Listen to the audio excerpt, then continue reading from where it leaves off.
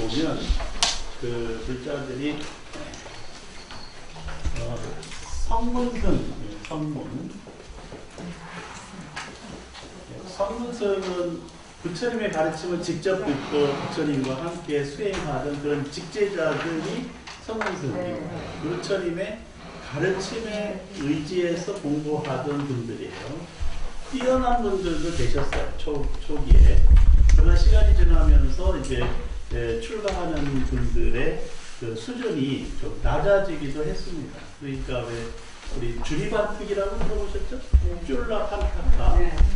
그 다음에 지게제 우빨리 존자 이런 분들. 주리반특은 그 출가할 때 약간 모자랐어요. 그러니까 정신적 장애가 조금 있었던 분. 그 다음에 지게제일 우바리 존자는 이제 이발사였는데 그 일자무식이었죠. 아무것도 모르고. 그러니까 이런 분들이 출가하면서 사실은 이제 그 사리분이나 목련존자나 마하가섭존자나 그런 쟁쟁한 출가자들하고는 차이가 있잖아요.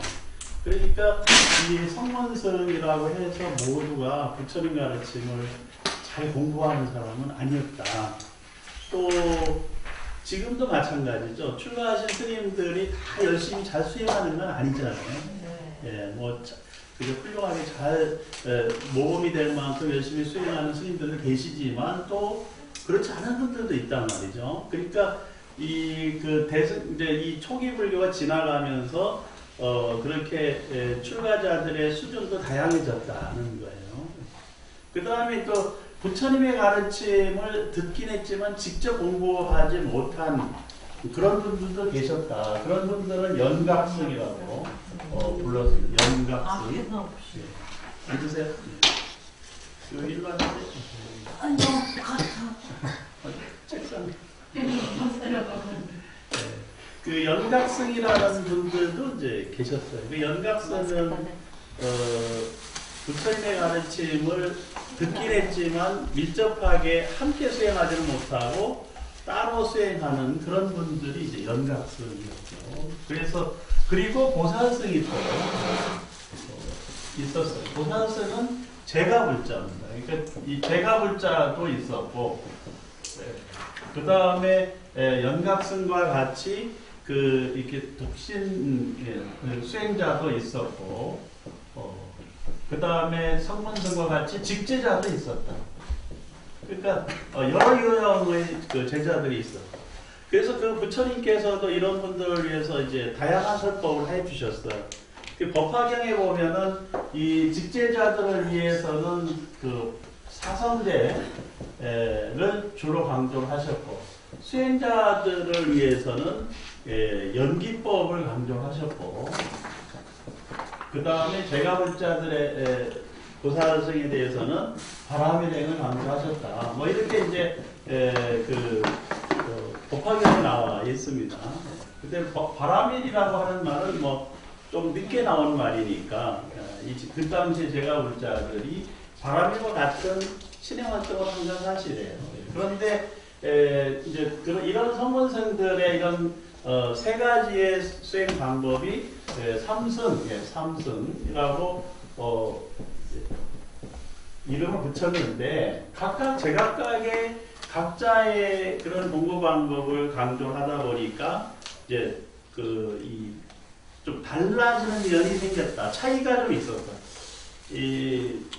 요즘으로 얘기하면 이런 이유가 우리 책에도 있는데 여러분들 기도 열심히 하시나요? 기도 열심히 하시나요? 그래도 어떤 시기에는 아주 열심히 기도하시기도 하잖아요. 네.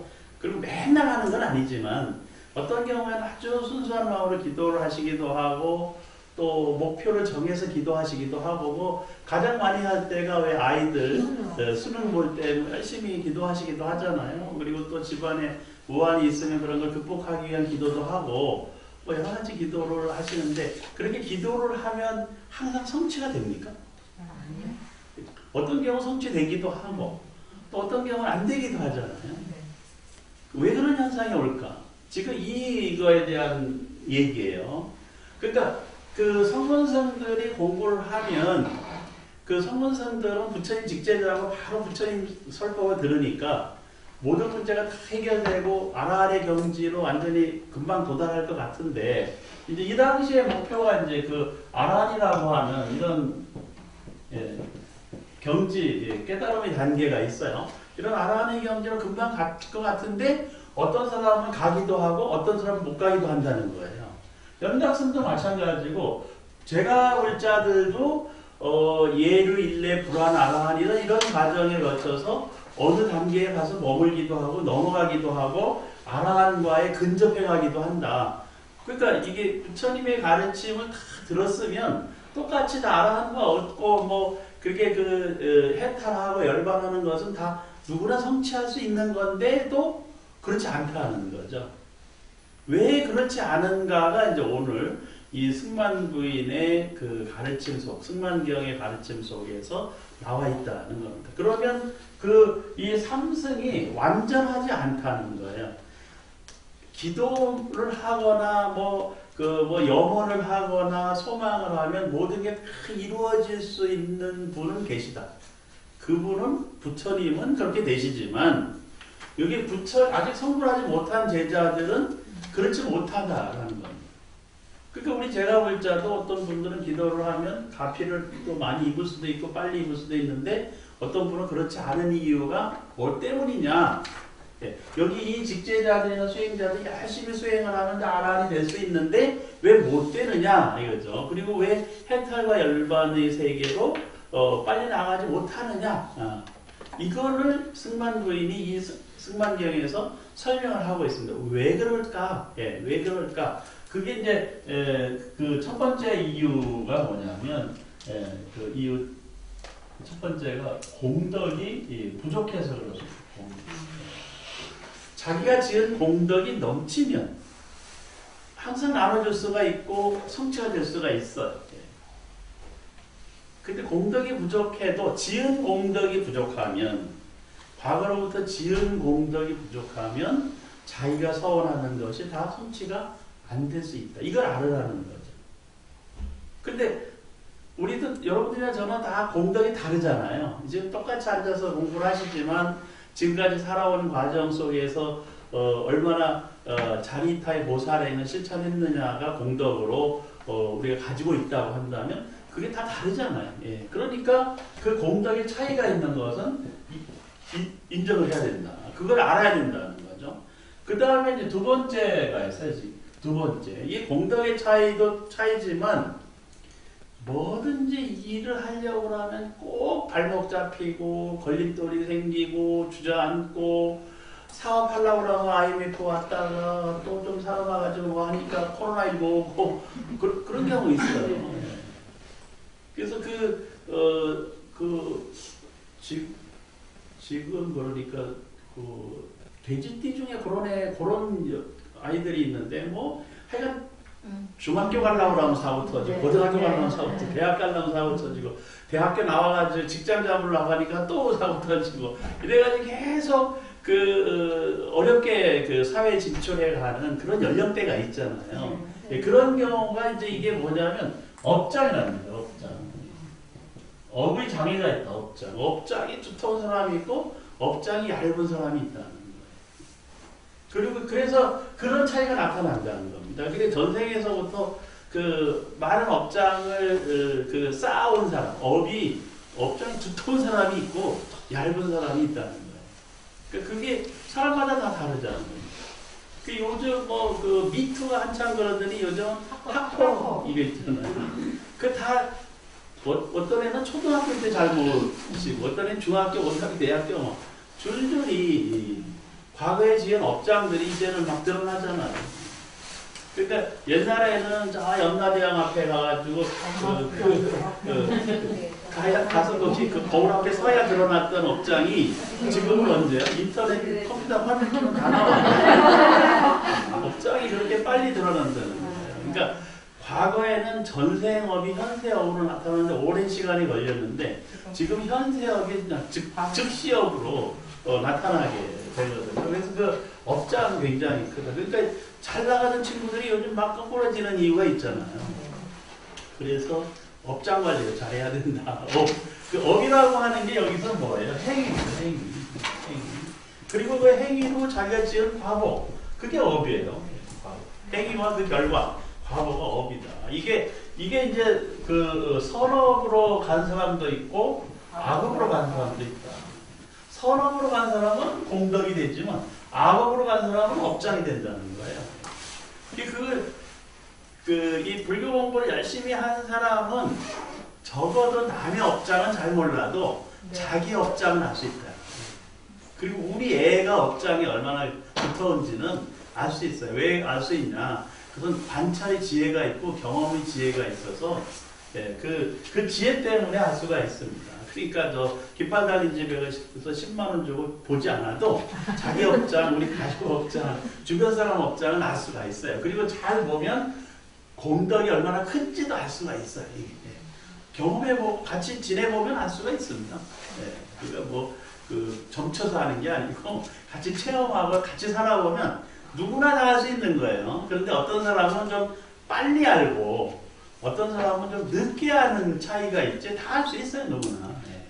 그래서 이 공덕의 차이, 업장의 차이가 있고 세 번째가 있습니다. 세 번째. 선근 공덕도 많고 업장도 다 소멸이 됐는데 또 이제 차이가 나는 게 뭐냐면 근기의 차이. 근기. 어떤 근기를 가지고 있느냐가 아라한이 된다든가 또는 그 기도가 그 공덕으로 성취된다든가 이런 차이를 만들어낸다는 거예요. 그래서 우리가 불교를 공부한 불자들은 적어도 자기 자신을 잘 들여다보면서 이거를 스스로 알 수 있는 지혜가 필요하다. 그렇게 스스로 알 수 있는 지혜가 뭐냐면 바로 이 사성제의 지혜인데, 사성제의 지혜인데 그 사성제의 지혜가 고진면도거든요. 고진면도. 그러니까 이거 고라고 하는 게 바로 여기서는 뭐냐면 업장입니다. 업장. 업장으로 인한 고. 그러니까 그런데 이 괴로움이 내가 얼마나 있느냐, 업장이 얼마나 있느냐는 뭘로 하느냐면 관찰로 알 수 있다는 거예요. 관찰. 그 다음에 그 원인이 뭐냐는 그 원인을 분석해서 알 수 있고, 그 다음에 소멸은 판단해서 알 수가 있다는 겁니다. 그 다음에 이것은 실천해서 알 수가 있다. 그러니까 이 관찰하는 지혜, 분석하는 지혜, 판단하는 지혜, 실천하는 지혜가 생기면 자기 자신도 알 수 있고, 이거 가까이 있는 사람, 나하고 연결된 사람들은 다 알아갈 수가 있어요. 그래서 이제 불교 공부를 어느 정도 한 대보살님들 보면 이렇게 첫 관상만 봐도 사람을 읽을 수 있는 사람들이 있다. 스님들도 그렇고, 그 공부를 많이 했다라는 얘기는 결국 이해관계가 걸리지 않는 상태에서 있는 그대로 아주 맑은 식으로 볼 수 있는 그 관찰하는 능력이 있기 때문에 알게 된다는 거예요. 그러니까 저는 후각에 비유하는데 왜 개 있잖아요. 개가 인간보다 후각이 40~50배 더 발달되어 있잖아요. 그러니까 그렇게 발달된 후각으로 어떤 사람 딱 보고 냄새를 맡으면 이 사람이 암이 있는지 없는지 안다는 거 아니에요. 개는. 그래서 그 암 환자를 가려낼 때 우리 이렇게 세포 배양해가지고 이거 검사하는 게 발달하기 전에는 개에게 냄새를 맡아서 알 수 있었다는 거죠.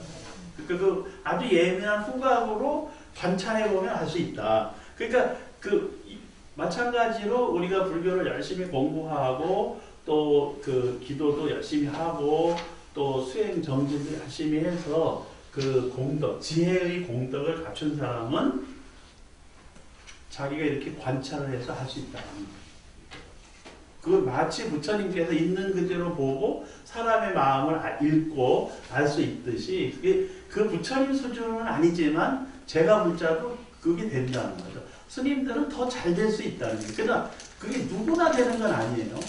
뭐가 있어야 된다? 바로 이 사선제를 통해서 해탈과 해탈지견, 해탈지견이 있으면 그게 된다.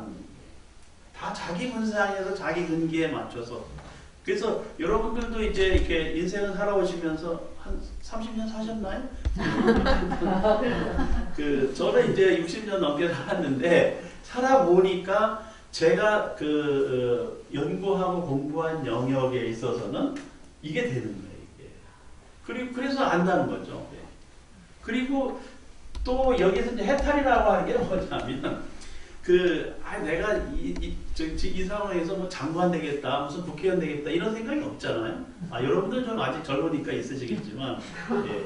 그러니까 뭐 돈을 내가 무지막지하게 벌어서 뭐 삼성 무슨 이재용 부회장처럼 되겠다 이런 생각 없거든요. 그러니까 돈에 대해서도 좀 이렇게 마음을 비울 수 있는, 마음이 비워지는 그게 해탈이에요.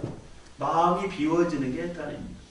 인간관계에서도 이 사람이 나를 좋아하냐 싫어하냐 이런 마음을 비워내는 게 해탈이에요. 집착과 분별을 벗어내는 게 해탈입니다. 그런데 같은 해탈인데도 성문, 연백, 보살에 따라서 차이가 있다는 거예요. 또 해탈직연, 그렇게 번뇌망상의 굴레와 족쇄에서 벗어난 지혜가 해탈직연이에요. 그것도 다 차이가 있다는 겁니다. 이런 차이가. 그런데 그런 이 차이를 인식해야 되는데 사람들은 인식하지 못하고 이렇게 얘기한다는 거예요. 왜 내가 기도했는데 성취가 안 되지? 왜 안 되겠어요? 내가 기도를 열심히 했는데 왜 성취가 안 됐겠어요?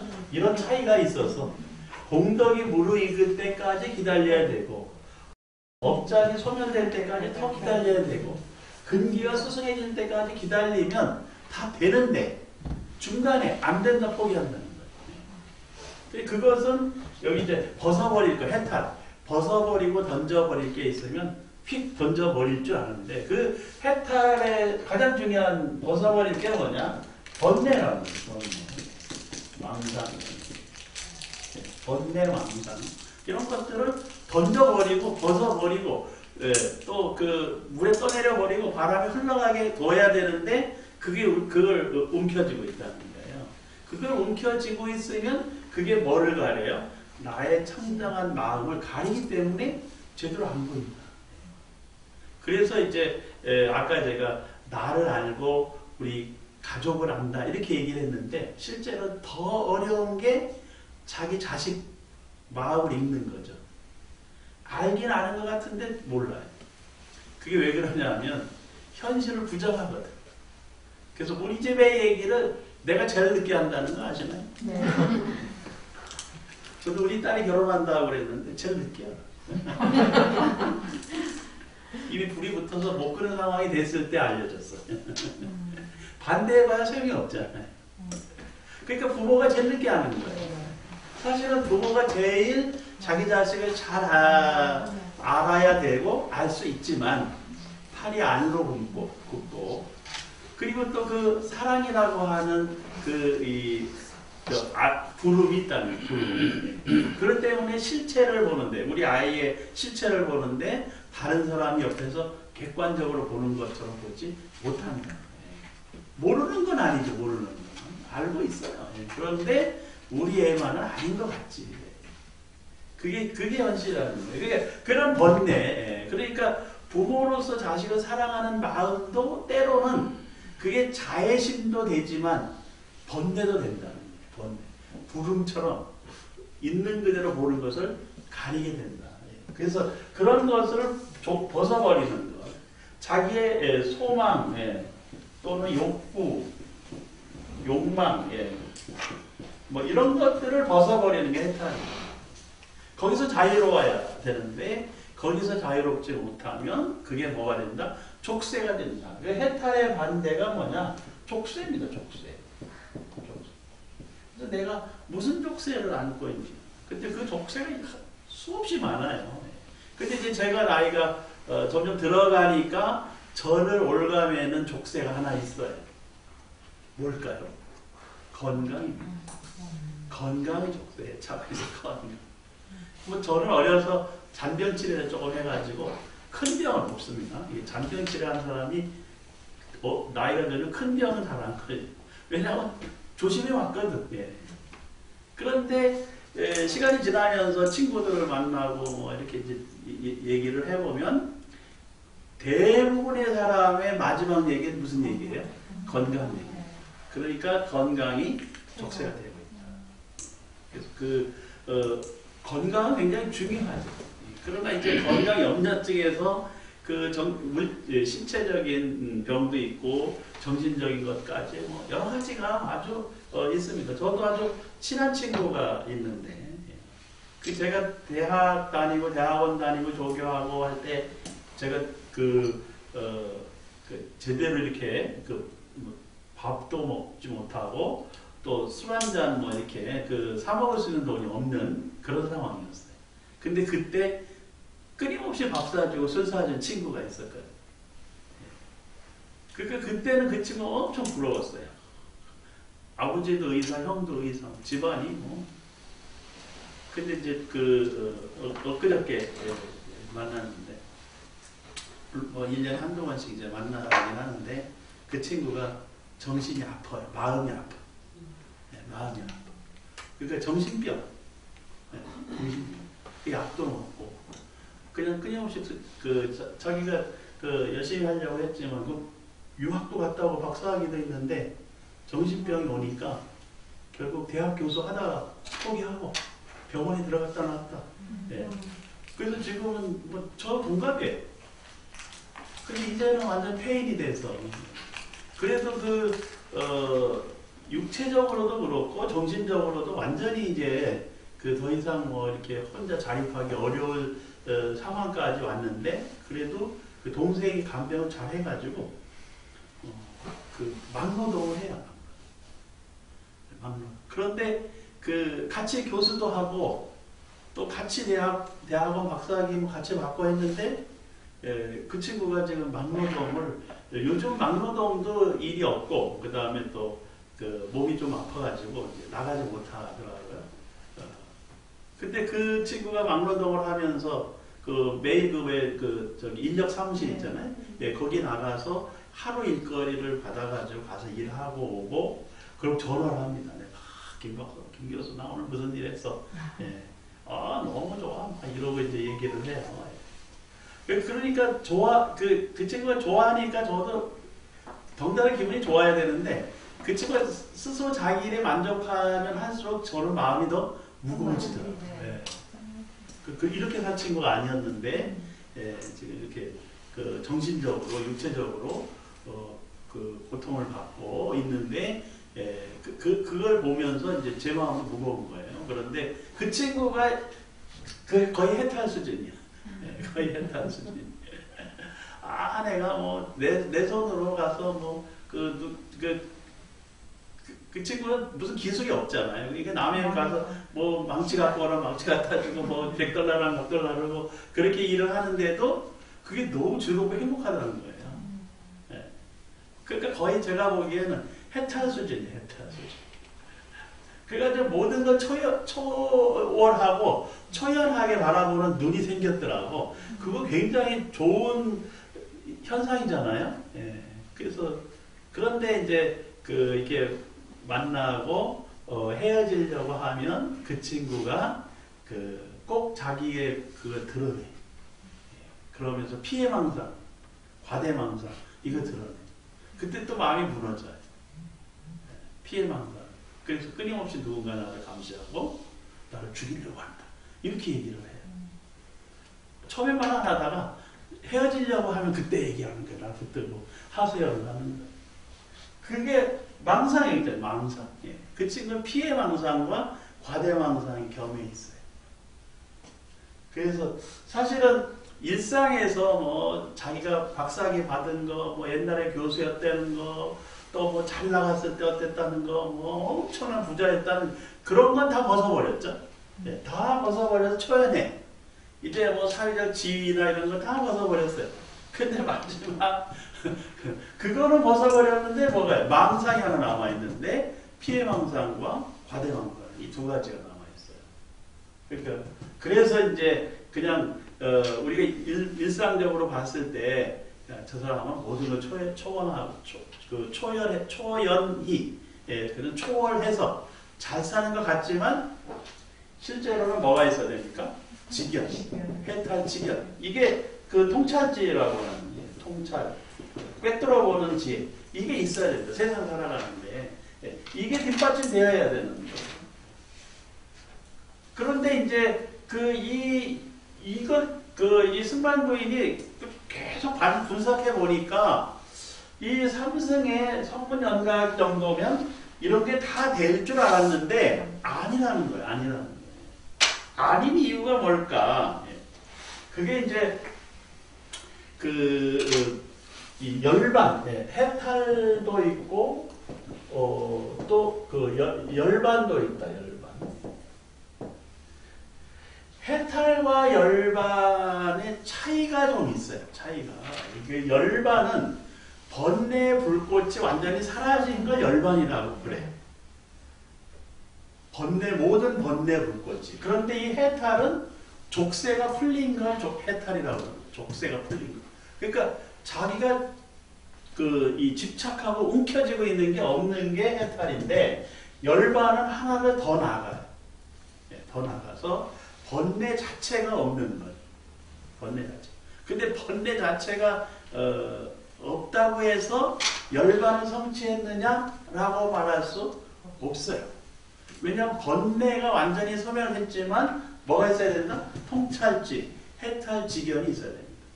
제 주변에 이제 뭐 제 나이 또래 되면 이제 부모님이 연로하시잖아요. 그때 연로하신 부모님들 중에서 뭐가 오세요? 치매가 오세요. 치매가 오신 분들은 해탈은 했어요. 아무것도 걸리는 게 없어요. 아무것도 걸리는 게 없어요. 근데 그런 분들이 요즘 제가 만난 이 초기 치매 어르신들의 공통점이 미스트롯을 너무 좋아한다. 너무 좋아한다. 저도 좋아해요. 그래가지고 제가 제 자신을 진단하면서 치매로 가고 있나? 아니 제가 아는 분들이 공통적이에요. 보고 또 보고 수십 번 또 보고. 왜 볼까? 우리 장모님도 약간 치매기가 있으시거든요. 일상생활에서 큰 지장은 없으신데 이제 초기 치매 판정을 받으셨어요. 근데 일상생활하고 대화하고 하는데 아무런 문제가 없습니다. 그런데 우리 장모님이 끊임없이 보는 게 리스타트로 그거예요. 보고 또 보고. 그게 옆에서 애들이 자녀들이 이제 손녀도 그러고 할머니 왜 엄마 왜 그거만 보냐고 보고 또 보고 지겹지도 않냐고. 근데 왜 볼까요? 재밌어서? 재미는 있는데 중요한 건 뭐냐? 봤는지 안 봤는지 잊어버립니다. 이게 아까 아침에 봤는데 1시간 전에 봤는데 잊어버려요. 안 본 것 같아요. 계속 처음 보는 거예요. 처음 보는 거예요. 계속 보는 거예요. 저도 이제 미스트롯 보느라고 올겨울에 잘 지냈는데 중요한 건 저도 미스트롯을 3번, 4번, 5번 근데 왜 보냐? 처음부터 끝까지 본 적이 없어요. 이게 너무 길어 시간이. 그 중간에 자. 그래가지고 이제 재방송할 때 또 본다고 앉아서 본다? 중간에 또 자. 5번을 봐도 끝까지 본 적이 없어요. 그래가지고 이제는 안 되겠다. 끝까지 보려면 앞에 본 건 빼고 안 본 것부터 보자. 그래가지고. 그 얘기는 뭐냐면 기억이 사라진다는 거죠. 기억이 사라지고 또 있는 그대로 관찰해서 기억하지 못한다는 거예요. 그래서 제가 이제 이 명상, 그 다음에 사티라고 하는 사념처의 명상, 그게 관찰하고 기억입니다. 관찰하고 기억. 우리가 조용히 앉아서 이 종소리 들으면서 명상을 하는 것은 자기 마음이나 어떤 대상을 있는 그대로 관찰하는 것이고, 관찰하면서 일어난 느낌들, 마음을 있는 그대로 기억하는 거예요. 알아차리는 겁니다. 관찰해서 알아차리고 마음을 챙겨서 기억하고, 그게 명상이에요. 그러니까 알아차리지 못하면 가만히 앉아 있는다고 해서, 가만히 앉아서 행복하다고 해서 명상을 하는 게 아니라는 거예요. 그러니까 그 얘기는 뭐냐면 바로 해탈지견에 가는 통찰지, 그걸 하는 마음작용, 일심이 움직여서 가야 된다는 거죠. 그게 집중해서 갔을 때 명상이 되는 거지, 조용히 앉아있어서, 아, 행복하다. 라고 하는 게 명상은 아니다. 그래서 관찰하고 기억해야 돼. 이거죠. 관찰하고 기억하고 분석하고 판단하고 실천하는 이게 일관되게 이루어질 때 해탈지경으로 갈 수가 있고 통찰지를 얻었다. 이렇게 얘기를 할 수가 있다는 겁니다. 그래서 이제 이 해탈도 여러 가지가 있는데 열반에 두 가지가 있어요. 그게 뭐냐면 하나는 유여열반이고 또 하나는 무여열반입니다. 유여열반은 번뇌망상이 좀 남아있는 거고, 무여열반은 번뇌망상이 전혀 없는 겁니다. 그래서 이걸 완전한 열반이라고 해요. 완전한 열반. 무여열반은 완전한 열반이라고 하고, 유여열반은 불완전한 열반이다. 이렇게 이야기를 합니다. 이제 이게 왜 이 얘기를 하느냐 하면, 바로 이 성문연가 보살승들의 그 열반의 성취는 유여열반이다. 이 얘기입니다. 유여열반. 그러니까 우리들이 지금 해탈을 한다거나 열반을 체험한다거나 하는 것도 다 뭐다? 유여열반. 불완전하다. 왜 불완전할까요? 번뇌망상이 남아있기 때문에. 남아있기 때문에 유여열반이고 불완전한 열반이다. 그런데 그렇게 되는 이유는 뭐냐 하면, 이 무여열반, 완전한 열반에 들어가는 방법에도 두 가지가 또 있어요. 여기에도 두 가지가 있는데, 하나는 죽음입니다. 죽음. 우리가 생을 다하면 감각기관이 소멸되잖아요. 감각기관이 소멸되고 의식이 소멸되면은 생각할 수 없어요. 볼 수도 없어요. 보여지지도 않고 본다고 해서 느껴지지도 않는 거예요. 그러니까 그러면 그 열반 자체, 여기 번뇌망상 자체가 완전히 사라지죠. 그래서 그게 죽음도 어떻게 보면은 무여열반과 가까워요.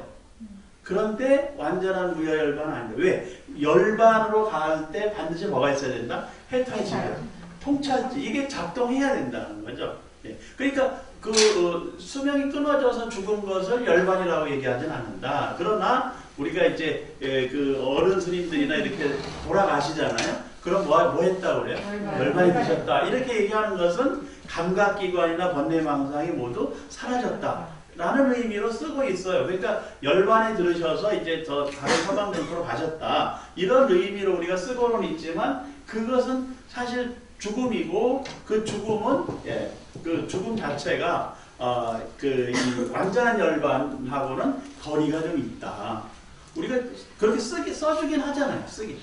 뭐 스님께서 열반하셨습니다. 이렇게 얘기하는데 사실 그것은 죽음을 약간 미화해서, 그리고 열반하신 것을 전제해서 말씀을 해드리는 거지, 완전한 열반, 부처님과 같은 완전한 열반은 아니라는 거예요. 그러니까 이 지금 성문연가 보살이 그 무여열반에 들어갈 수 있는데, 대부분의 경우는 죽음에 임박해서, 죽어서라는 의미가 있다. 그래서 이런 죽음을 통해서 이루어지는 것을 뭐라고 하냐면 분단사.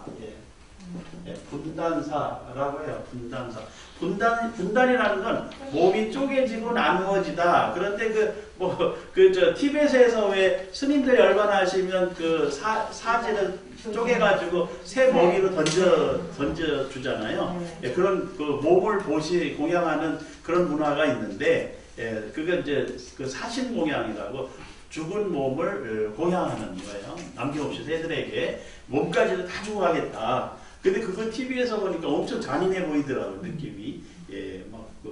그래서 아무나 하는 건 아니고, 또 원한다고 다 해주는 것도 아니고, 또 그게 가능한 지역이 있어요. 왜냐하면 티벳이나 이런 데는 까마귀하고 독수리 같은 게 있어가지고, 그런 먹이를 던져주면 금방 없어집니다.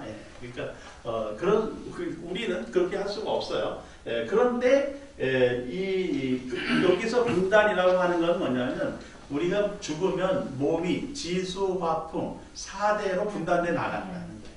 지수화풍 사대로. 예.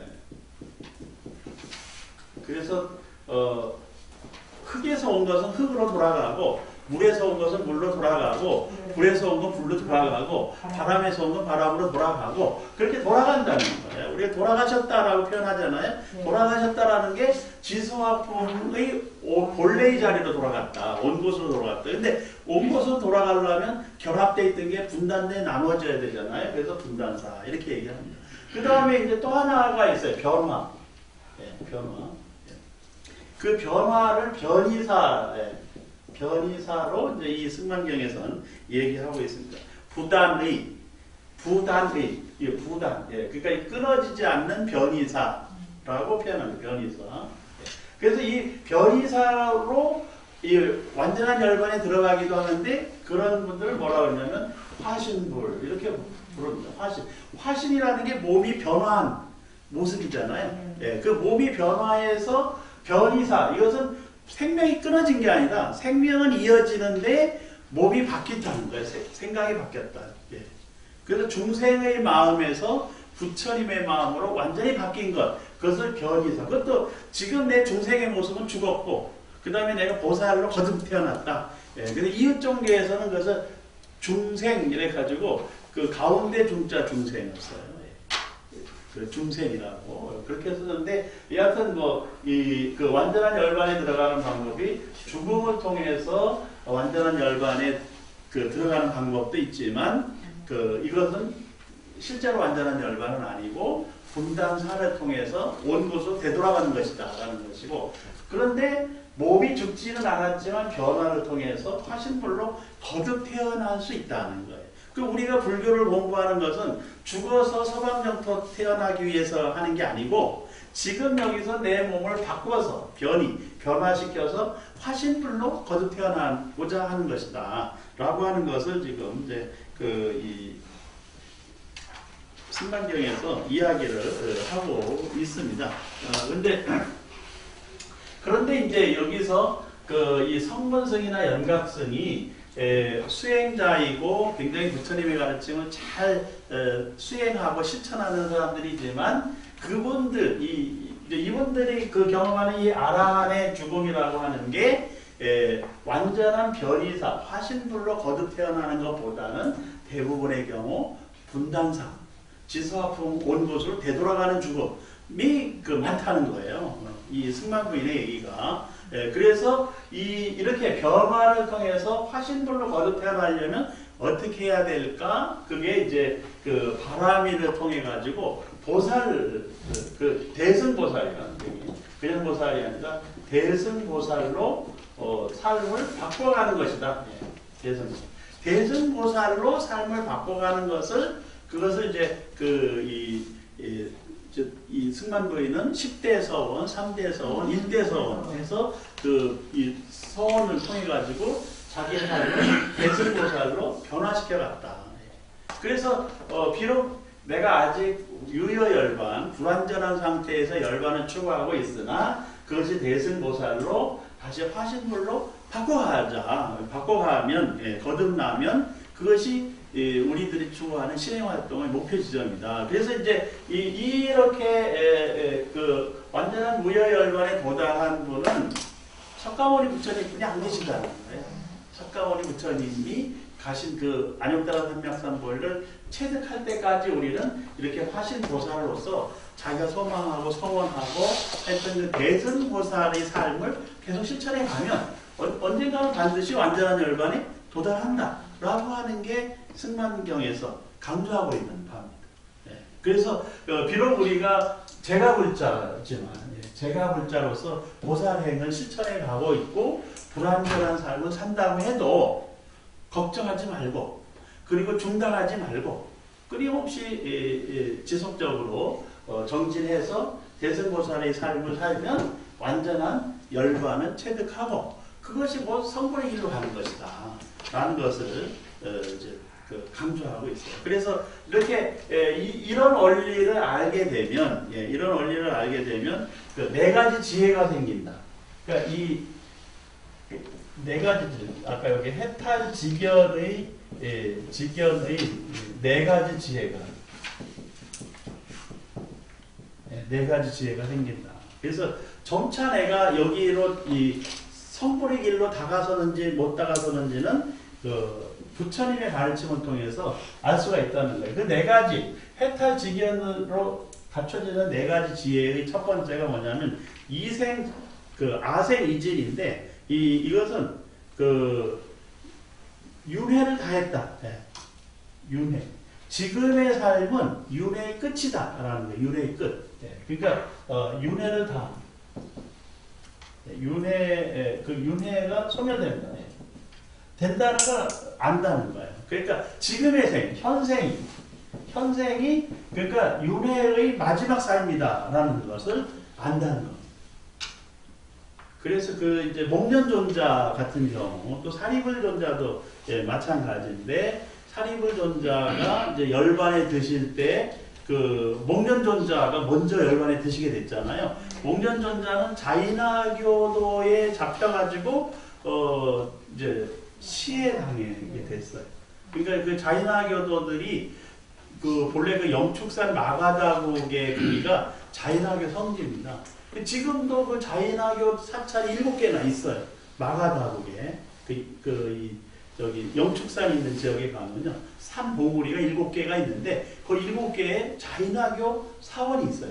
근데 그렇게 자기네가 아주 이 자인화교가 번성을 해가지고 마가다국 전체를 자기 왕부터 해서 자기 손아귀에 넣고 이렇게 끌고 가던 그런 아주 큰 종교인데 부처님께서 나오셔가지고 설법을 하시니까 이 자인화교 신도들이 불자가 되는 거예요. 그러니까 이 마하비라 이 교주가 걱정이 돼가지고 이제 자기네들끼리 수덕수덕 이 계획을 짜는데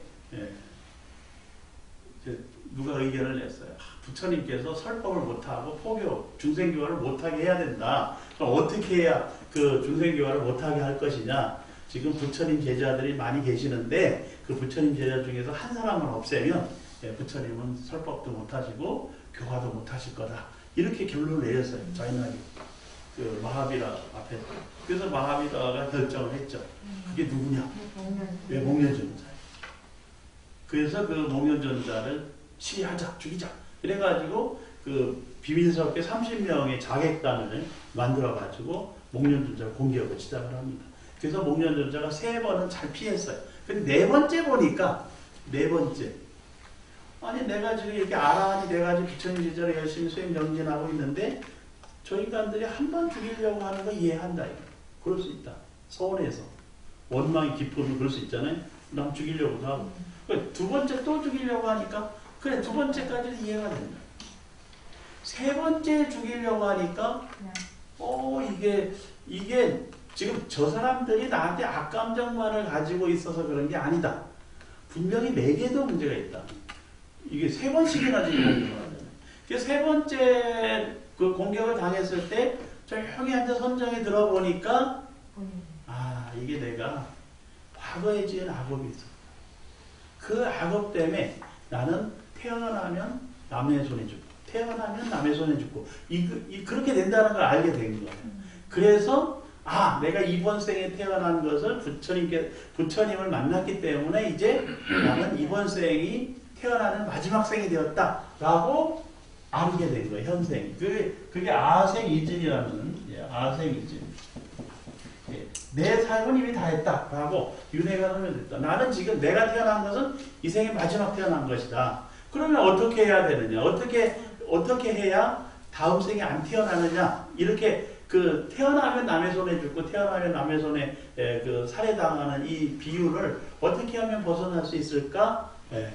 그거는요, 그 사람들 손에 마지막으로 죽어주면 돼. 이 삶을 이제 마지막을 내가 지혜롭게 받아들이면서 전혀 원망과 증오하는 마음이 없이 이걸 받아들여. 이 생에 나는 끝났다. 이렇게 하는. 그런데 그러면 왜 전생에서는 그 남의 손에 죽으면 또 태어나고 남의 손에 죽으면 또 태어나고 왜 그랬을까요? 내가 꼭 이 원수를 갚아주고 그렇게 그 악심을 품고 나니까 또 태어나는데 태어나면 또 상대방에게 죽고 또 태어나면 또 죽고 또 악심을 갖고 그러니까 이 생을 마칠 때 뭘 없앴어요? 악심을 없앴어요. 아, 이것도 내 업이야. 내 업장 소멸을 하는 거지. 그러니까 그냥 난 받아들일 거야. 즐겁게 행복하게 받아들일 거야. 라고 생각을 하고 그걸 받아들입니다. 그래서 그 자이나교가 마지막 잡아가지고 그 자갈로다가 짓이겨, 몸을 짓이겨서 마디마디 다 끊어서 이 숲에다 버릴 때도 전혀 미워하는 마음, 저항하는 마음이 없이 그냥 받아들입니다. 왜? 내가 이렇게 죽는 건 이게 내 업이고, 이게 또 이걸 받아들이는 것이 내 마지막 업이기 때문에 그렇게 받아들였는데, 뒤늦게 이걸 알 사리불전자가 쫓아가서 왜 그때 이 죽음을 그때의 신통력으로 얼마든지 벗어날 수 있는데 왜 벗어나지 않고 받아들였느냐? 그러니까 이제 목련존자가 이 얘기를 해줘요. 그래도 한 생을 더 살 수 있지 않겠느냐? 그랬더니 목련존자가 내가 다른 이유도 또 있다. 가만히 내가 선정에 들어서 보니까 부처님의 직제자들은 부처님보다 3개월 먼저 열반에 들더라. 그러니까 그대는 아나 그때가 되었다. 그러니까 사리불존자가 그 자리에 앉아 자기도 선정에 들어보니까 부처님의 모든 직제자들이 부처님 열반하시기 3개월 전에 열반에 들었어요. 그걸 알게 돼요. 그래서 사리불존자도 나도 열반에 들 때가 되었구나. 왜? 부처님께서 열반에 드실 때가 다가오니까. 그래서 이제 부처님께 쫓아가서 목련존자 얘기를 올리고, 그리고 저도 떠나야 되겠습니다 라고 하니까 부처님께서 사리불존자에게 뭐라고 얘기하셨어요? 사리불이여, 왜 그대는 한 생을 더 이 땅에 머물러서 중생을 교화하지 않느냐? 왜 그런 원력을 내지 않느냐? 그러니까 사리불존자가 뭐라고 대답했을까요? 세존이시여, 세존께서 한 생을 더 머무르신다고 한다면 저희도 머무르겠습니다. 그 부처님께서 말씀을 안 하죠. 그래서 이제 그 사리불존자가 그 목련존자를 다비를 해가지고 사리를 수습해서 이 쌍치대탑 있는데 모셔두고 본인도 이제 그 어머니 집으로 가서 열반에 드시래요. 어머니를 교화하고 열반에 드십니다. 그래서 그 사리불존자가 열반에 드셨을 때 그 쫀다라고 하는 그 동생이 이제 사미스님이 그 다비를 해가지고 또 부처님께 갖다 친견하고, 그리고 부처님 말씀을 듣고 탑을 세웁니다. 그래서 그 사리불존자의 탑을 사리불존자 집 마당에다 세워요. 그게 나란다 대학. 지금도 있습니다. 나란다 대학이에요. 그러니까 사리불존자 집터가 나란다 대학이 돼가지고 아주 그 700년 이상 어마어마하게 큰 대학이 되거든요. 그래서 이제 그런 걸 보면은 이 생에서 내 삶은 다 했구나. 나는 이제 윤회의 소멸단계, 윤회가 다 했다. 나의 생은 다 했다. 다 마쳤다라고 하는 걸 알게 되고, 그 다음에 범행. 이 청정한 행입니다. 청정한 행. 이 청정한 행이 바람의 행. 이 바람의 행을 완성했다. 했다는 걸 알아요. 내가 이제 이 생에서 할 일 다 했다. 할 일 다 했다. 내가 수행도 다 하고 바람의 행도 다 완성했다. 그래서 이걸 안다는 거예요. 이 해탈지견을 가진 사람이. 그 다음에 이제 이게 청정한 범위. 그 다음에 이제 세 번째가 완성, 삶을 완성했다. 요거는 삶을 완성했다라고 하는 것은 이제 그 열반을 체득했다라는 것으로 열반 체득. 삶을 완성해서 열반을 체득했다라고 하는 것을 알게 된다. 이게 남이 가르쳐 주는 게 아니라 본인이 안다는 겁니다. 그 다음에 이제 그 네 번째는 불수 윤회. 근데 이거는 더 이상 윤회를 받지 않는다는 거예요. 윤회고를 받지 않는다. 윤회 괴로움을 받지 않는다. 그 윤회고에서 벗어났다라는 것을 알게 된다. 이게 지금 이제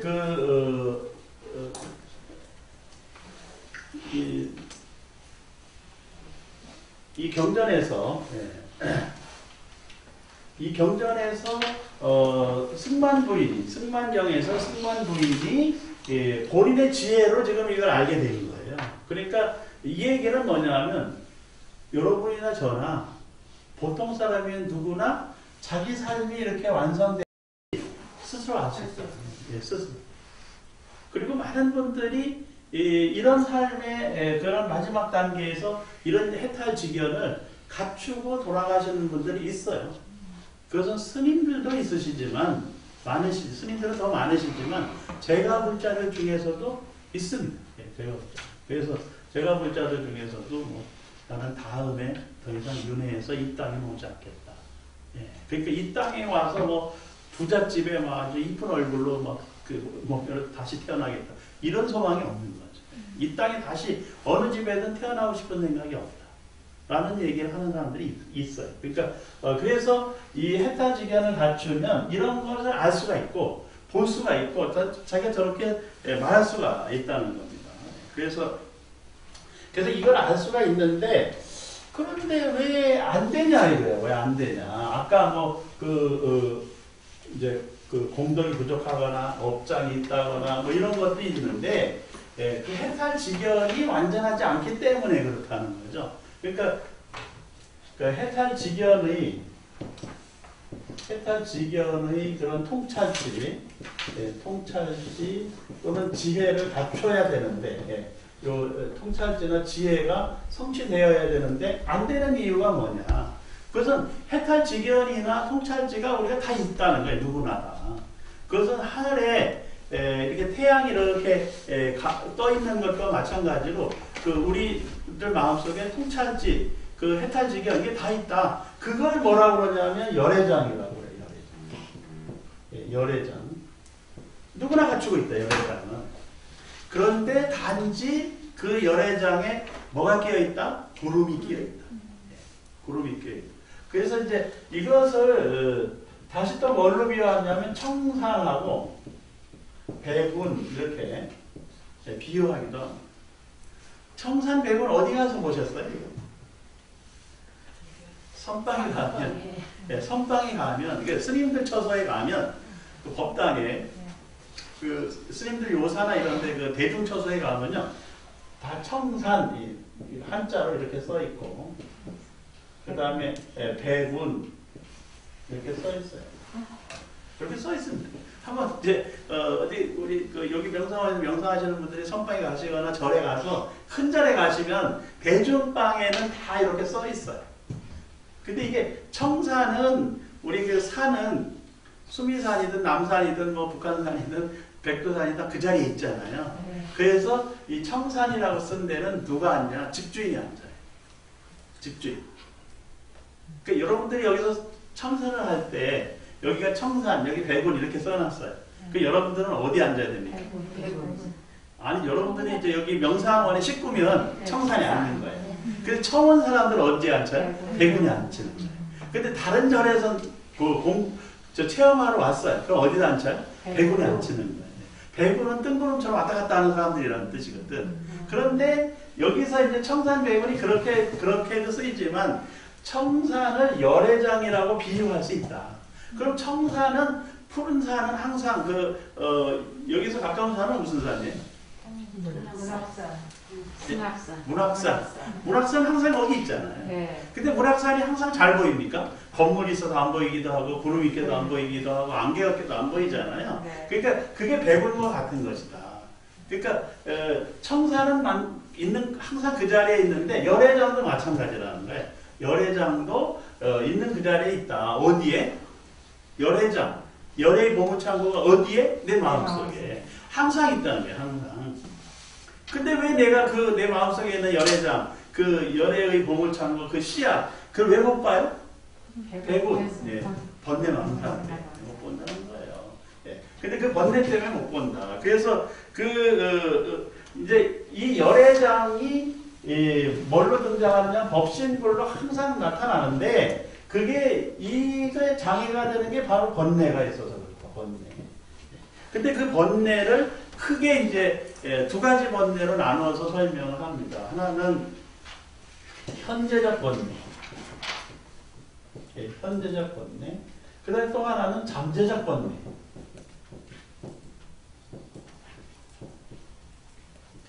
잠재적 번뇌. 이렇게 두 가지로 구분해서 설명을 해요. 현재적 번뇌와 잠재적 번뇌.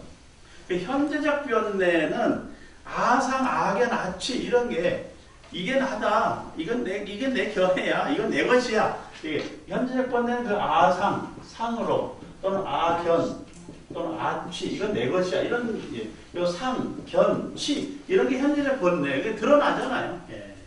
교만한 마음이 드러나고 욕심이 드러나고 있잖아요. 그게 행동으로 나타나고 이렇습니다. 그런데 잠재적 번뇌는 드러나지 않습니다. 잠재 속에서 머물러 있는 번뇌.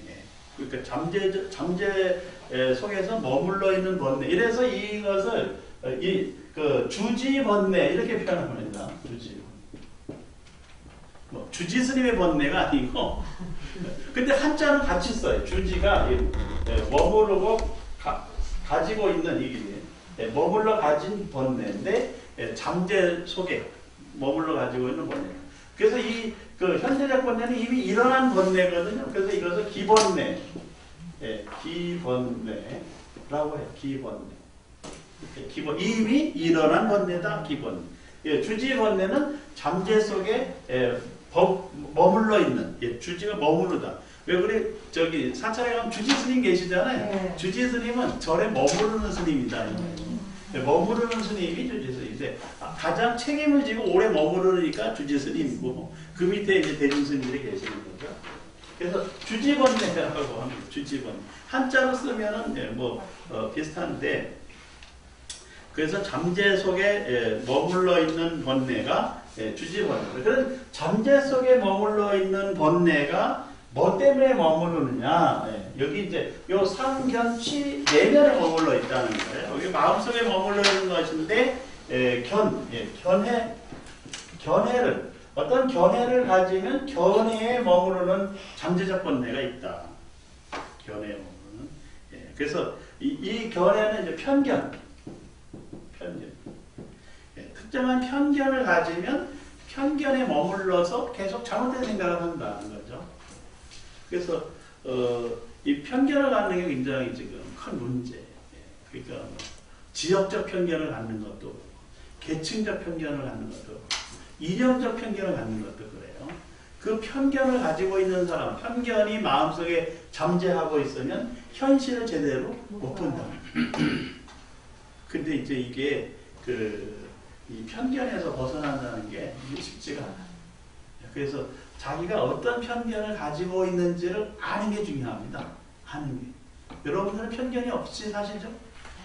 저는 아주 강한 편견이 하나 있는데 제가 모시고 사는 그분이 옷가게에 가가지고 옷 2가지를 들고 어느 게 더 좋아? 어느 게 더 좋아? 하나는 파란색, 하나는 빨간색. 2가지. 안에 빨간색이 섞여있는 분홍색. 또 아니면 파란색이 섞여있는 노란색. 여튼 여러 가지 색깔의 옷을 들고 어느 게 더 좋아? 그러면 제가 어느 거 선택한다고요? 저는 어느 색을 선택할까요? 빨간색이나 분홍색이 섞여있는 거 선택해요. 그러니까 그래서 제가 그분에게 얘기를 합니다. 나한테 묻지 마. 나는 2개 중에 어느 게 더 좋아? 그러면 무조건 어느 거 선택한다? 빨간색, 분홍색 이런 거 선택한다. 근데 이게 굉장히 촌스러운 색이거든요. 근데 제가 또 빨간색 중에서 아주 촌스러운 거 좋아해. 그러니까 나한테 물으면 이게 옷을 잘못 사. 왜 나는 그런 편견이 있다. 색깔에 대한 편견이. 내가 좋아하는 색인데 이거 편견이다. 근데 왜 그런 편견이 생겼나? 요즘 가만히 보니까 저희 어머니가 어렸을 때 비로도 치마라는 걸 들어보셨나요? 네. 그걸 입으셨어요. 그게 너무 이상적인 모습을 보인다. 그래가지고 비로도 그게 무슨 색입니까? 자색, 붉은 계통이잖아요. 그러니까 그 어려서 그게 강렬하게 들어와가지고 모든 옷의 색은 글로 수염. 그래서 그게 편견이라는 거예요. 그러니까 제가 제 옷을 못 사요. 편견이 심해서.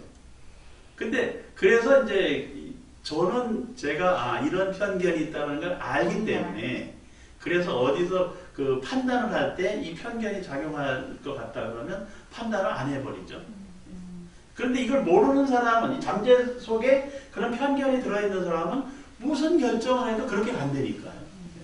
여러분들도 알게 모르게 작용하는 편견이 있어요. 음식은 어떤 음식이 제일 맛있어요? 옛날에 어머니가 하는 음식이 제일 맛있는 거예요. 그래가지고 결국 저희도 어디 가서 저희 집사람이 이제 제가 밥 먹고 들어갔다 그러면 뭐 먹었어? 이렇게 물어요. 그 제가 답변을 하죠. 된장찌개 먹었어? 네. 그는 집에서도 맨날 먹는 된장찌개 또 왜 나가서 먹냐? 맛있는 걸 먹고 된장찌개 먹고. 근데 실제로 어디 가서 사 먹으려고 하면 음식을 사 먹으려고 하면 뭐를 먹어야 될까 하다가 생각이 있는 거예요. 아, 된장이 건강에 좋고 또 몸에 있는 독극물, 뭐 중금속도 배출시키고 그러니까 기왕에 돈 주고 먹는 거 그냥 된장찌개 먹자. 네, 이게 편견이잖아요. 근데 이게 이런 생각이 이제 나가서 그분 모시고 나가서 외식할 때는 또 작용한다니까요. 네. 그래서 그분하고 나가서 이제 물어요 또 뭐 먹을까? 된장찌개. 그러면 제 대답은 뭐예요? 그게 얼마나 편견이 강한지 아시겠죠? 예. 엊그제가 결혼 35주년이었는데 결국 나가서 뭐 먹었겠어요? 그분은 된장찌개 먹고 씩씩거리면서 화내고 들어왔어요. 근데 그 음식에 대한 편견도 굉장히 강하다. 어려서 뭘 먹었느냐가 굉장히 강하게 드러납니다. 근데 그래서 이 편견이라는 잠재적 번뇌가 있으면 그 사람이 생각하고 행동하는데 영향을 미친다는 거예요. 그래서 이제 저 같은 경우는 제가 이걸 알기 때문에 항상 된장찌개만 먹진 않습니다. 근데 엊그제는 비가 오고 눈이 오니까 멀리 가는 게 문제가 있어서 그냥 기왕 나온 김에 아무거나 먹자고 한 게 하필 그 집에 간 것이고 다른 집도 많이 갑니다. 가기는. 왜? 된장찌개 갔다가는 제가 한 달간 밥을 못 얻어 먹거든요. 그래서 사실은 이제 지혜롭게 사는 법을 아니까 제가 아무리 된장찌개를 먹고 싶어도 안 갑니다. 그 얘기는 뭐냐면 저는 제가 잠재적으로 가지고 있는 번뇌가 무엇인지 안다는 거예요. 그걸 아는 사람은 피해갈 수가 있고 또 버릴 수도 있다. 모르는 사람은 그 편견에 사로잡혀서 그게 진리고 그게 또 그 진실이고 또 그게 가장 최상이고 그게 최선인 줄 착각하면서 한다는 거예요. 이걸 버리라는 겁니다. 예. 그 다음에 이제 두 번째가 뭐냐면 욕. 예, 자신의 욕구, 욕망, 소망 이런 것들이 그 잠재적 번뇌 속에 들어있다는 겁니다. 욕이라고 하는 게. 그래서 이런 잠재적 번뇌를 뭐라 하냐면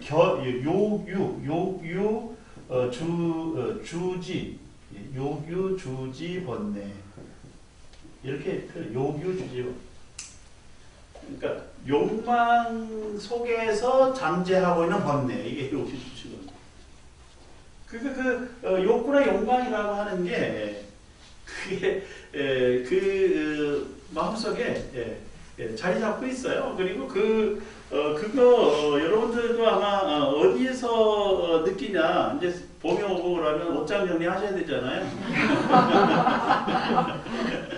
옷장은 딱 열고 한번 뭘 버릴까 생각해 보세요. 버릴 게 없지. 근데 입을 것도 없어요. 근데 맨날 문 열고 하는 말이 그거죠. 뭐를 버릴지 뭐 입을 것도 없고 이제 제가 모시고 사는 그분은 이렇게 문 열고 제가 옆에 있어 한마디 해요. 여기서 가장 비싼 걸 한번 찍어봐 이러는 거예요.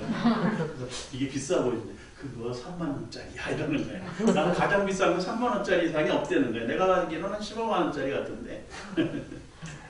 그런데 버리라고 하면 못 버려요. 네. 못 버립니다. 그래서 누가 가르쳐 주더라고. 1년 이상 손 안 댔다. 무조건 버리라. 그래도 버리려고 하면 또 주워놓고 또 버리고 또 주워놓고 요즘 이제 저도 정년퇴직이 가까워지니까 이제 책을 버리기 시작을 했어요. 책. 그래서 이제 복사된 거, 뭐 이렇게 프린트된 거, 뭐 철된 거 이런 거 이제 다 버린다 무조건. 예. 그래서 일일이 또 봅니다. 예. 그런데 이렇게 버리려고 하다가 이건 필요할 것 같아 이거 놓습니다. 근데 그렇게 해서 놓은 것을 10년 지나도 안 봅니다. 요즘 누가 책 봅니까? 안 봅니다. 근데 생각은 그래. 이거는 볼 것 같아. 예. 그래서 제가 남에게는 과감하게 버리라고 하면서 정작 제 거는 제대로 못 버리고 또 그래도 요즘 매일 한 박스씩 책을 버립니다. 계속 버리는데도 이렇게 버리면서 또 하나 빼가지고 놓고 한 게 또 몇 박스가 또 남고 또 그래서 계속 버려요. 그래서 그게 그 욕구, 욕망 이런 것들이 잠재해 있을 때 쉽게 해탈, 버리지 못한다는 겁니다. 그래서 이제 우리가 지혜로운 사람은 어떻게 하느냐? 내가 어떤 욕구나 욕망에 포섭되어 있는지, 그 섭지라고 해요. 섭지, 섭지되어 있는지, 구속되어 있는지, 족쇄를 차고 있는지, 이걸 분명히 알아야 된다는 거죠. 그래서 관계도 과감하게 끊어야 되면 끊어야 되는데, 그걸 못하게 되고, 또 그래서 또, 얽혀들고 악연이 되고, 그런 경우들이 있어요. 그 다음에 이제, 세 번째가 뭐냐면 색유입니다. 색유. 이건 미세한 물질. 물질에 대한 잠재적 번뇌가 있다. 근데 여기서 물질이라고 하는 건 육체입니다. 육신. 그래서 사실은 이제 우리가 뭐 인사로 그러죠. 항상 건강이 제일 중요합니다. 건강 잘 챙기세요라고 인사를 하는데 건강 잘 챙기려고 아무것도 안 하면 안 되잖아요. 네. 그리고 또 건강하려고 놀아야 된다 이것도 아니잖아요. 적절하게 몸도 쓰고 운동도 해야 될 일을 하고 목표 정해서 계속 앞으로 나가야지. 계속 뒤돌아보면서 지금 가지고 있는 거 움켜쥐려고 하고 그리고 건강 염려증에 그냥 냉장고에는 가지가지 약도 아니야. 약도 있고 약도 아니에요. 보조식품, 건강 보조제, 약도 아니잖아요. 안 먹어도 돼. 근데 건강 염려증 때문에 먹는 겁니다. 사실 의사의 처방을 받아서 필요한 건 드셔야 되겠지. 저도 마찬가지인데, 근데 뭐 요즘 별걸 막 이만큼씩 먹잖아요. 저기 식탁에 가면 뭐 많은 사람은 10대까지 놓고 먹어. 밥보다 알약이 더 많아. 제가 모시고 사는 분이 그렇다는 건 아닙니다. 근데 이게 세규예요, 세규. 그러니까 세규 주지 번뇌라고 하는 게 육신에 대한 집착 속에 잠재된 번뇌가 있다. 그러니까 아주, 그래서 저희 아버지도 살아계실 때 보면 집에 완전히 뭐 이게 뭡니까? 의료기기 전시장이에요. 미건 의료기부터 해가지고 막 집이 꽉 차 있어. 그거 돌아가시고 나서 버리는데 다 돈 주고 버렸잖아. 살 때는 몇백만 원씩 주고 샀는데. 그 다음에 유애라고 하는 게 있어요.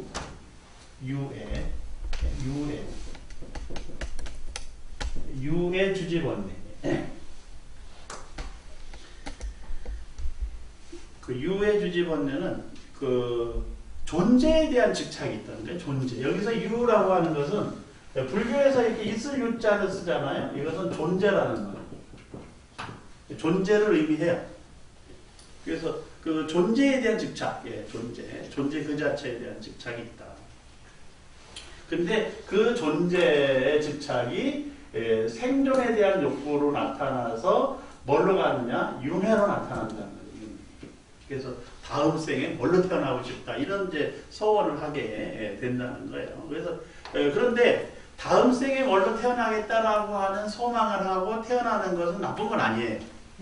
그런데 그게 보살행을 통해서 태어나면 굉장히 의미가 있는데 중생교화의 보살행을 하기 위해서 태어나면 의미가 있는데 그렇지 않은 경우 번뇌 망상과 욕구에 휩쓸려 가지고 다음에 뭘로 태어나겠다 그러면 또 계속 태어나고 죽고 윤회를 반복하게 된다는 거죠. 그러니까 다음에 윤회로 태어나는 게 아니라 다음 생에 여러분이 저는 다음 생에 윤회로 태어나는 게 아니고 윤회로 태어난다는 것은 업에 끄들려서 태어나는 거거든요.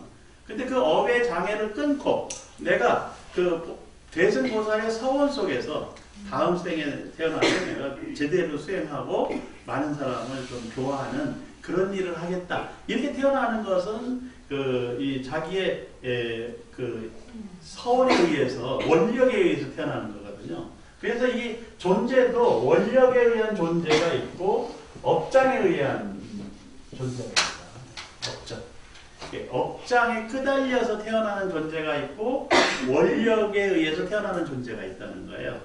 그래서 관세음보살, 대세지보살, 지장보살, 문수보살, 고영보살 같은 대승보살들은 뭐로? 원력에 의해서 태어난 분들인데 비해서 대부분의 중생들은 업장에 끄달려서 태어난다는 거예요. 그래서 기왕에 다음 생에 이 세상에 올 거라고 그러면 뭐 관세음보살님처럼 중생의 모든 괴로움을 다 극복하고 또 행복의 길로 이끌어주도록 하는 소망 속에서 오실 수 있는 거죠.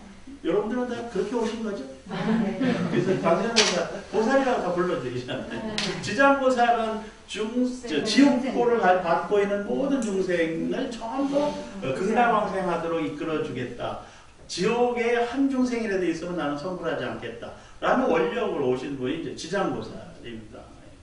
그래서 또 뭐 미륵보살은 56억 7천만 년 후에 이 땅에 새로운 부처님이 되어서 많은 중생을 제도하겠다. 이런 원력을 가지고 이제 오시는 미래의 부처님을 미륵보살이라고 합니다. 근데 이제 이런 그 관세음보살, 지장보살, 대세지보살, 뭐 문수보현, 미륵보살 이런 분들은 아직 사실 그 부처님의 직제자들 중에서 또는 그 부처님께 귀의한 제가불자들 중에서 이 원력을 가지고 이제 태어난 분들이에요. 그러니까 실제로 그랬는지 안 그랬는지는 뭐 잘 모르지만 이 스토리, 관세음보살 이야기, 지장보살 이야기의 그 스토리텔링 속에 이런 게 들어있는 거예요.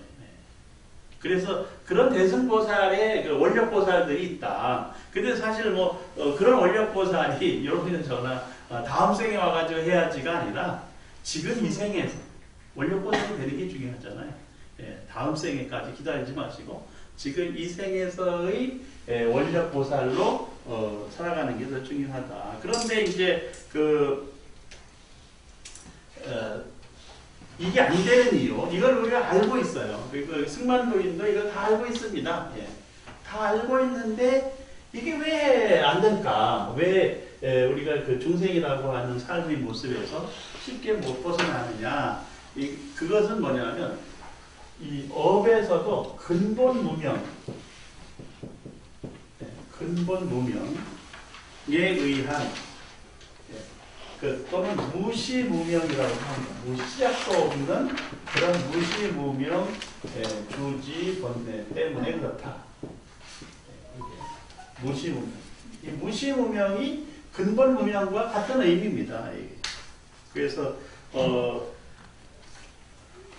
이 근본 무명에 의해서 우리가 이렇게 중생의 삶을 살아가게 됩니다. 이 근본 무명 때문에 이것 때문에 결국 그 중생의 삶을 살아가게 됩니다. 그러면 이 중생의 삶을 벗어나려면 뭐에서 벗어나야 돼요? 무명에서 벗어나야 됩니다. 그러면 이 무명에서 벗어나는 방법을 석가모니 부처님께서 알려주셨어요. 경전 속에 있습니다. 무명에서 벗어나려면 어떻게 해야 될까? 그 무명이라는 용어가 어디서 많이 나오느냐? 연기법에서 많이 나와요. 그러면 12연기 들어보셨죠? 예, 12연기법. 12가지 연기적 요소들이 있는데 그 12연기법의 시작이 뭐예요? 무명입니다. 무명.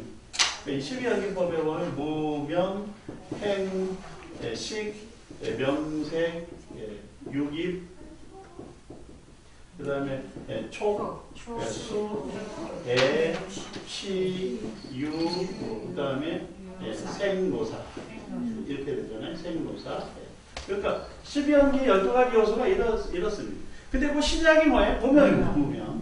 그러니까 여기 지금 승만경에서 이렇게 우리가 원력 보살로 태어나고 살아갈 수 있는데도 불구하고 업력 또는 업장에 끄달린 업력 중생으로 살아가는 이유가 뭐냐? 바로 무명, 무시무명, 근본무명 때문에 그렇다. 그래서 중생의 삶을 살아가는데 그러면 이 중생의 삶을 살아가는 중생사리에서 벗어나려면 어떻게 될까? 바로 무명을 타파해야 된다는 거예요. 그래서 무명을 타파하려고 그러면 어떻게 해야 되느냐? 방법을 부처님께서 일러놓으신 게 있어요.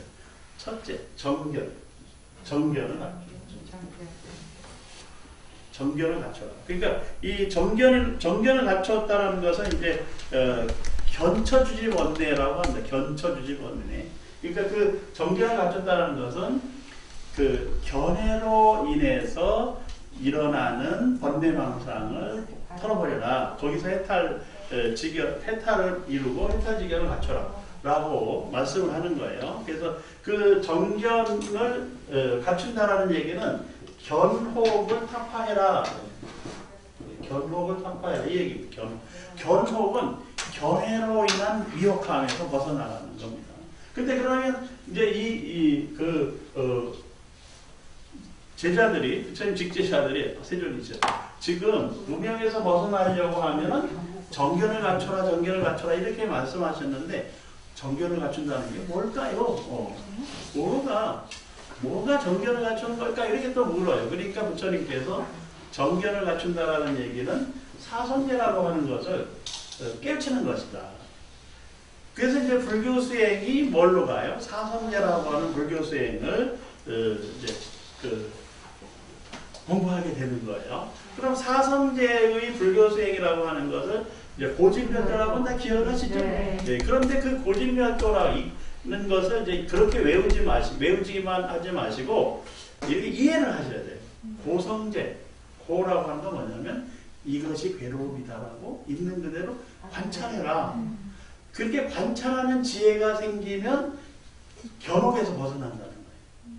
관찰하는 있는 그대로 보면. 그래서 그 관찰하는 지혜가 굉장히 중요하고 그 다음에 이것이 괴로움의 원인이다. 그 원인이 뭔지를 파악하라 이거예요.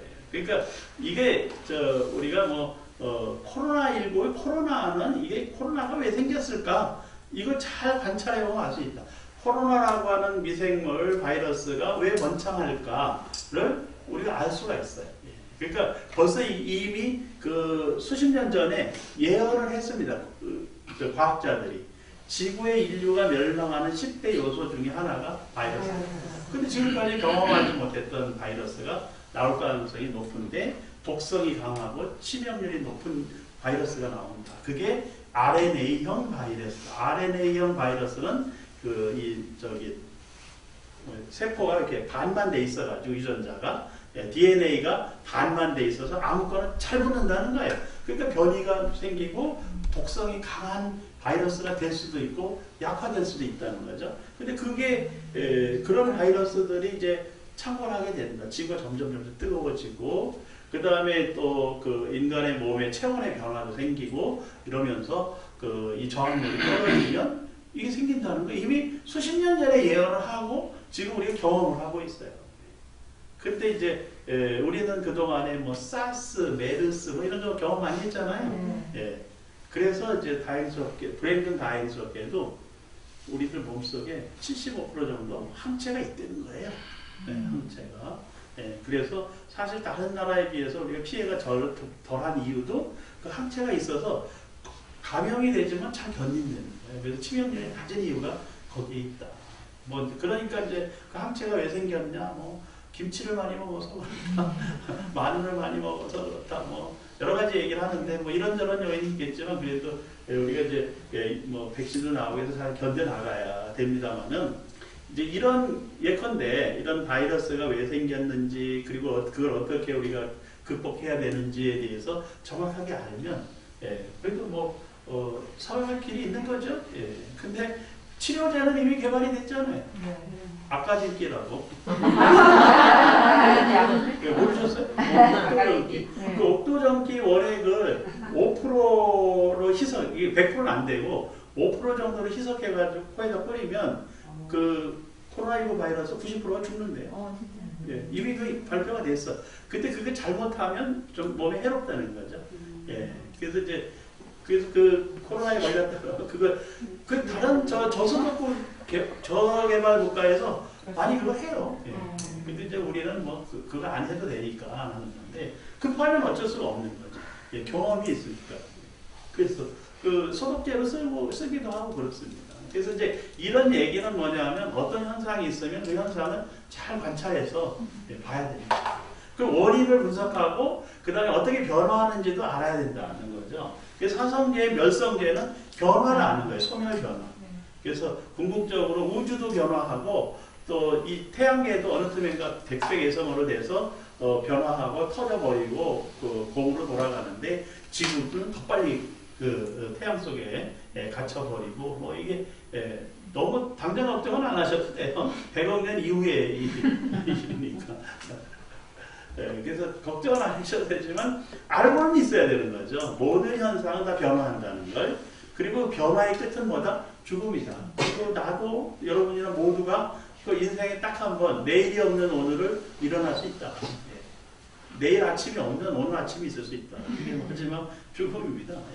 그러니까 그래서 이런 걸 알면 그 삶을 더 여여하게 그리고 또 더 낭비하지 않고 더 최선을 다해서 살아가잖아요. 그래서 뭐 언젠가 죽겠지만 그런 소멸 변화를 예측하면서 많은 공덕을 지어가면서 살아가면 하루가 1년같이 길기도 하고 그것을 낭비하고 잘 기억하지 못하면 1년도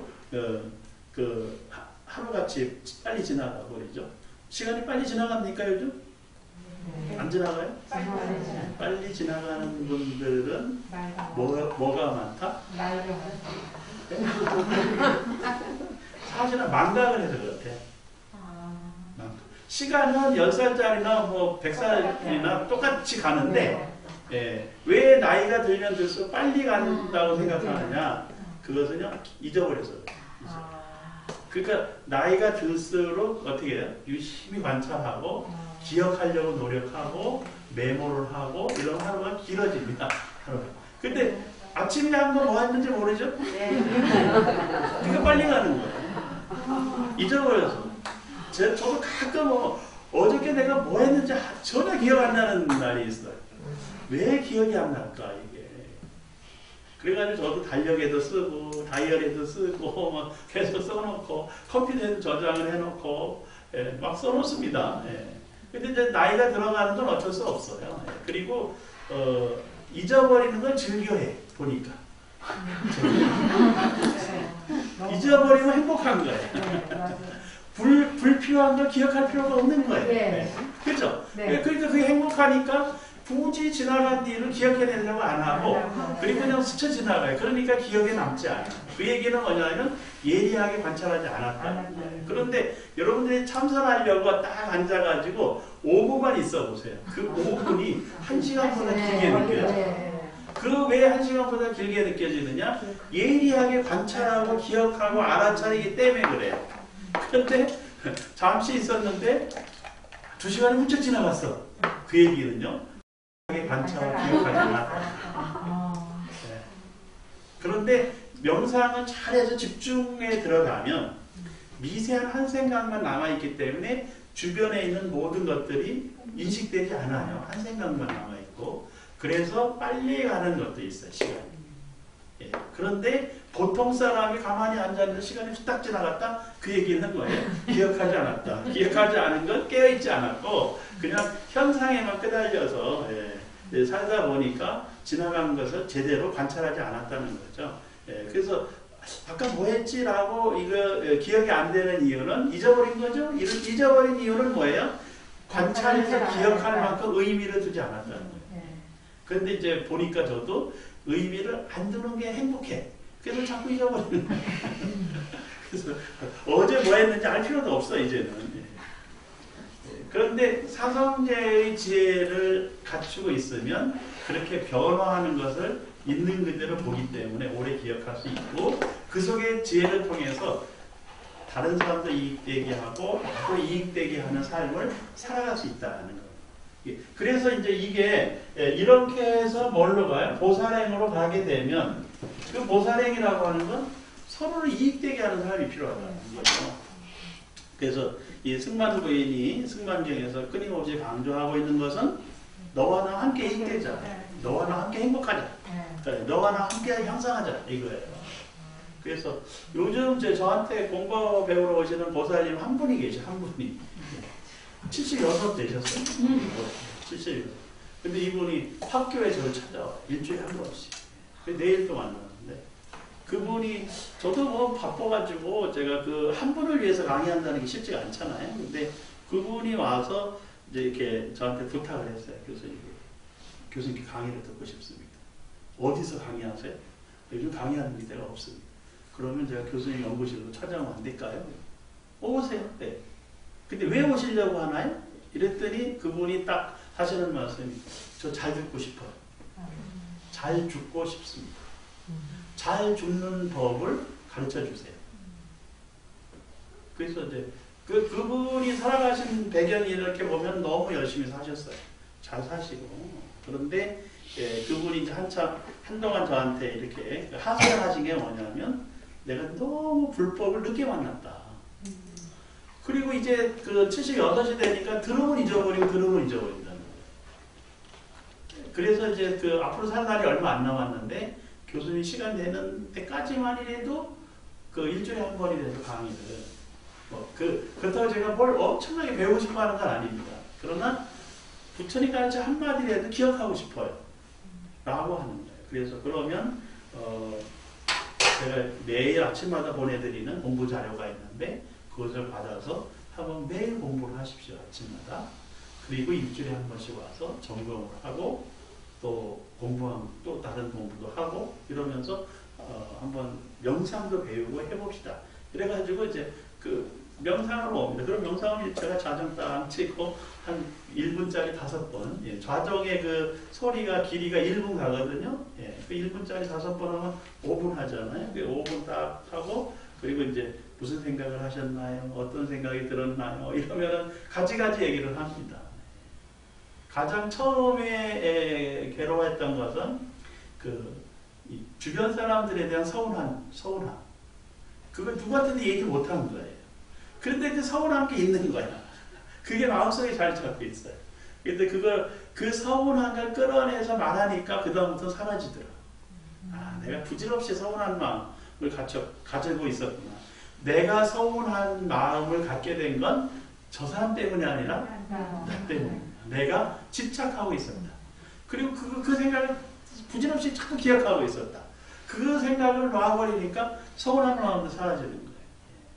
그리고 가끔 뭐 어렸을 때 있었던 분노 올라오기도 하고 또 불안한 마음도 생기잖아요. 그러면 그 불안한 마음도 내가 미래에 대한 이 무지 또는 집착 이런 것들이 그 불안한 마음의 원인이 됩니다. 그분이 이제 돌아가시면 들어가실 몇 자리를 만들었어요. 몇 자리. 저한테 꼭 가보지. 이 몇 자리가 좋은지 나쁜지 꼭 가보고 싶다. 저한테 보여주고 싶다는 거예요. 그래서 제가 또 같이 공부하는 분들 모시고 또 이제 밥도 가서 먹을 겸해서 이제 소풍 갈 겸해서 갔어요. 그랬더니 그분이 아주 잘 잔디밭도 깔아놓고 소나무 하나 찍어놓고 그리고 이렇게 잘 해놓으셨더라고요. 몇 자리. 그래서 저한테 이제 저 소나무 밑에 제가 들어가려고 준비를 다 해놨다는 거예요. 이게. 그러니까 좀 마음도 짠하기도 한데 근데 제가 이제 엉뚱한 얘기를 한마디 했어요. 혼자 가시게요? 혼자 가시게요? 네. 아니 가실 때는 혼자 가셔도 이 공간 그게 한 3,500평 정도 됩니다. 그래서 이 3,500평 터에 혼자 있으려고 그거는 어리석은 거잖아요. 근데 이제 그 아들도 한번 따놓았대요. 그 아들도 엄마가 내 죽으면 여기 들어간다 와봐라 안 와봤대요. 그러니까 손자도 안 하고. 그러니까 혼자만 다니는 거예요. 혼자. 그게 무슨 재미예요? 네, 그래서 이제 제가 거기 들어갈 자리는 두더라도 나머지에는 좀 뭐 다른 거 심어가지고 누군가 오면 입이라도 즐겁게 해줘야 된다. 그렇죠? 네. 그러니까 좀 베풀고 또 누군가 이용할 수 있게 해주고 이래서 같이 이렇게 살아가야지. 이건 내 돈 있다고 내가 땅 사놓고 뭐 내 몇 자리 해놓고는 그냥 혼자 왔다 갔다 하는 건 재미가 없잖아요. 그죠? 네. 그래서 이제 그분이 이제 요즘 원력을 세웠어요. 하얀 백도라지 세워가지고 좀 주변 사람들한테 건강하게 나눠주겠다. 좋은 일이라고. 그게 보살심을 일으키는 거예요. 그분이 뭐 보살행을 많이 하긴 해요. 근데 그 땅에서는 그런 마음을 안 일으킨 거예요. 내가 죽으면 들어갈 곳이라고 이름은 지어놔 버리니까 뭐가 돼요? 몇 자리가 되잖아. 그거는 불행한 거죠. 왜 그래요? 살아있는 동안 주변 사람들과 함께 행복하게 살면서 즐기면서 환희롭게, 그게 중요한 거죠. 지금 이 승관경에서 열반을 얘기했고 그 열반의 해탈지견이 뒷받침돼야 되는데 그러면 어떻게 해야 될까를 이제 설명을 한 겁니다. 재밌으셨어요? 네. 오늘 여기서 마치도록 하겠습니다.